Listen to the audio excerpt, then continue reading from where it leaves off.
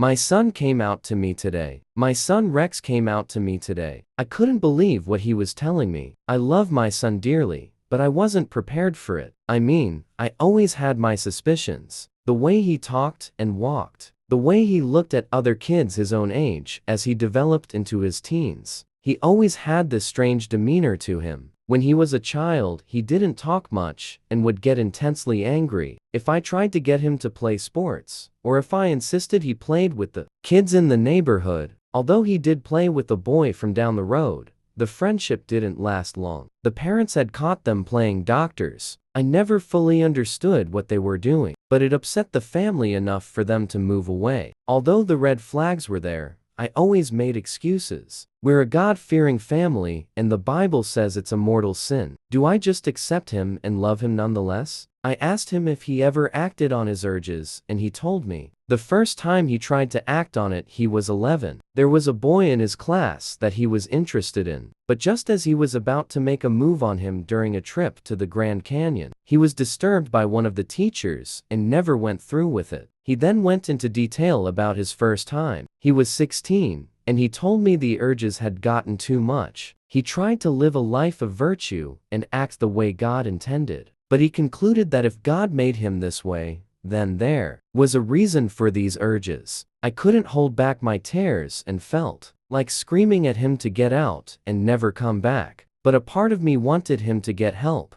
I threw my hands around him as he also began to cry, but I felt sick to my stomach. I needed to know for sure how sick he was. And if he is 25 now, how many victims are there? He sobbed as he explained how he mostly liked killing women, because men tend to fight back that bit harder. He looked down at his blood-stained hands and told the girl in his room would be his 10th victim. I grabbed him by the scruff of the neck and pushed him down into the dark, damp basement. He screamed and cried, just like he did as a little boy, as I keyed the door shut. You're a dirty little boy and you are going to stay down there and pray while I clean up your mess.